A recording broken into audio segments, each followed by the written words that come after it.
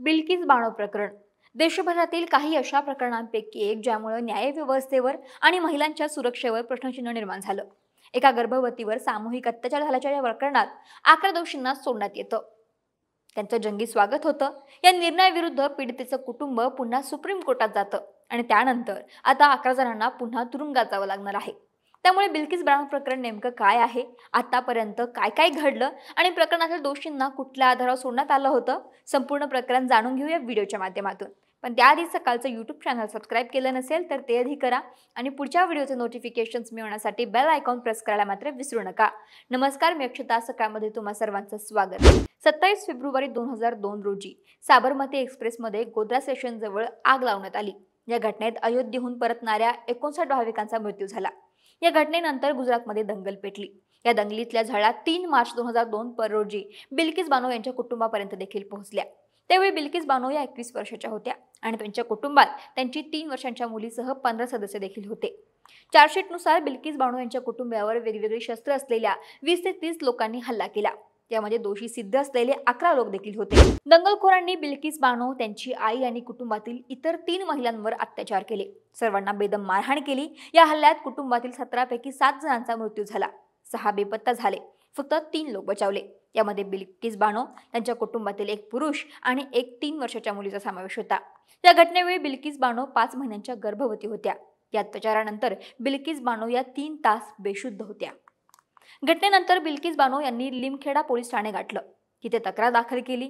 सीबीआयच्या म्हणण्यानुसार तक्रार दाखल करणारे हेड कॉन्स्टेबल सोमाभाई गोरी यांनी खरी परिस्थिती लपवून ठेवली आणि बिल्किस बानो यांच्या तक्रारीतील काही भाग वगळला। गोध्रातील मदत शिबिरात पोहोचल्यावर त्यांना वैद्यकीय तपासणीसाठी सरकारी रुग्णालयात नेण्यात आलं। राष्ट्रीय मानवाधिकार आयोग आणि सर्वोच्च न्यायालयाच्या हस्तक्षेपानंतर बिल्किस बानो यांचं प्रकरण तपासासाठी सीबीआयकडे वर्ग करण्यात आलं होतं। सीबीआयने या प्रकरणाचा नव्याने तपास सुरू केला। मृतांचे शवविच्छेदनही योग्य पद्धतीने झाले नसल्याचं तपासात समोर आलं। सीबीआयच्या तपासकर्त्यांनी या हल्ल्यात मारले गेलेल्यांचे मृतदेह बाहेर काढले तेव्हा लक्षात आलं की एकाही मृतदेहाला कवटीही जागेवर नसल्याचं आढळून आलं होतं। सीबीआयच्या म्हणण्यानुसार शवविच्छेदनानंतर मृतदेहांची मुंडके कापण्यात आली होती, ज्यामुळे मृतदेहांची ओळख पटू शकली नाही। खटल्याची सुनावणी सुरू असताना बिल्किस बानो यांना जीवे मारण्याच्या धमक्या मिळू लागल्या। त्यानंतर ही ट्रायल गुजरात बाहेर महाराष्ट्रात हलवण्यात आली। 6 पोलीस अधिकारी आणि एका डॉक्टरसह एकूण 19 जणांवर मुंबई न्यायालयात आरोप दाखल करण्यात आले होते। जानेवारी 2008 मध्ये विशेष न्यायालयानं 11 आरोपींना बलात्कार, खून, बेकायदेशीररित्या गोळा होणे आणि इतर आरोपींसाठी दोषी ठरवले होते। त्याचवेळी बिल्किसची तक्रार लिहिणाऱ्या हेड कॉन्स्टेबलला आरोपीला वाचवण्यासाठी चुकीचा रिपोर्ट लिहिल्याबद्दल न्यायालयानं दोषी ठरवलं। इतरांना 7 आरोपींची पुराव्याअभावी निर्दोष मुक्तता करण्यात आली होती। त्याचवेळी खटल्यादरम्यान एका आरोपीचा मृत्यू झाला होता। दोषी ठरलेल्या 11 आरोपींमध्ये देशवंतभाई नाईक, गोविंदभाई नाईक, नरेश कुमार मोरधिया, शैलेश भट्ट, राधेश्याम शाह, बिपिनचंद्र जोशी, केसरभाई वोहनिया, प्रदीप वोहनिया, वकाभाई वोहनिया, राजूभाई सोनी, नितेश भट्ट, रमेश चंदना आणि हेड कॉन्स्टेबल सोमाभाई गोरी यांचा समावेश होता। जसवंत, गोविंद आणि नरेश यांनी बिल्किसवर बलात्कार केला। त्याचवेळी शैलेशने बिल्किसची मुलगी सहालेला हिला जमिनीवर आपटून ठार केलं होतं। मे 2017 मध्ये मुंबई उच्च न्यायालयानं सामूहिक बलात्कार प्रकरणात 11 जणांची जन्मठेपेची शिक्षा कायम ठेवली। त्याचवेळी पोलीस कर्मचारी आणि डॉक्टरांसह उर्वरित 7 जणांची निर्दोष मुक्तता करण्यात आली होती। एप्रिल 2019 मध्ये सुप्रीम कोर्टानं गुजरात सरकारला बिल्किस बानो यांना 2 आठवड्यांच्या आत 50 लाख रुपये भरपाई देण्याचे आदेश दिले होते।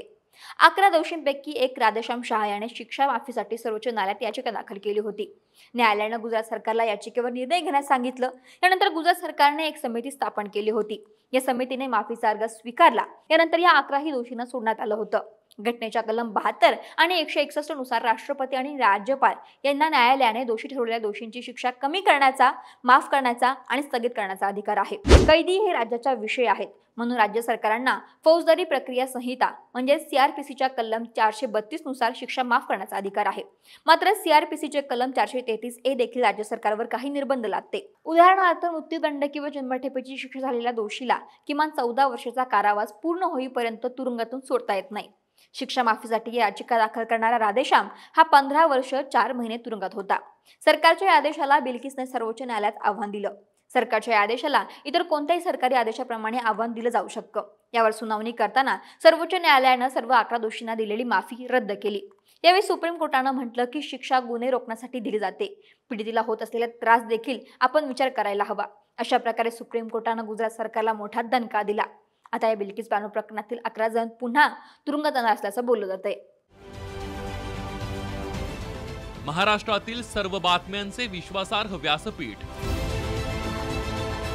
सकाळच्या सर्व सोशल मीडिया प्लॅटफॉर्मला लाईक, फॉलो आणि सबस्क्राईब करा.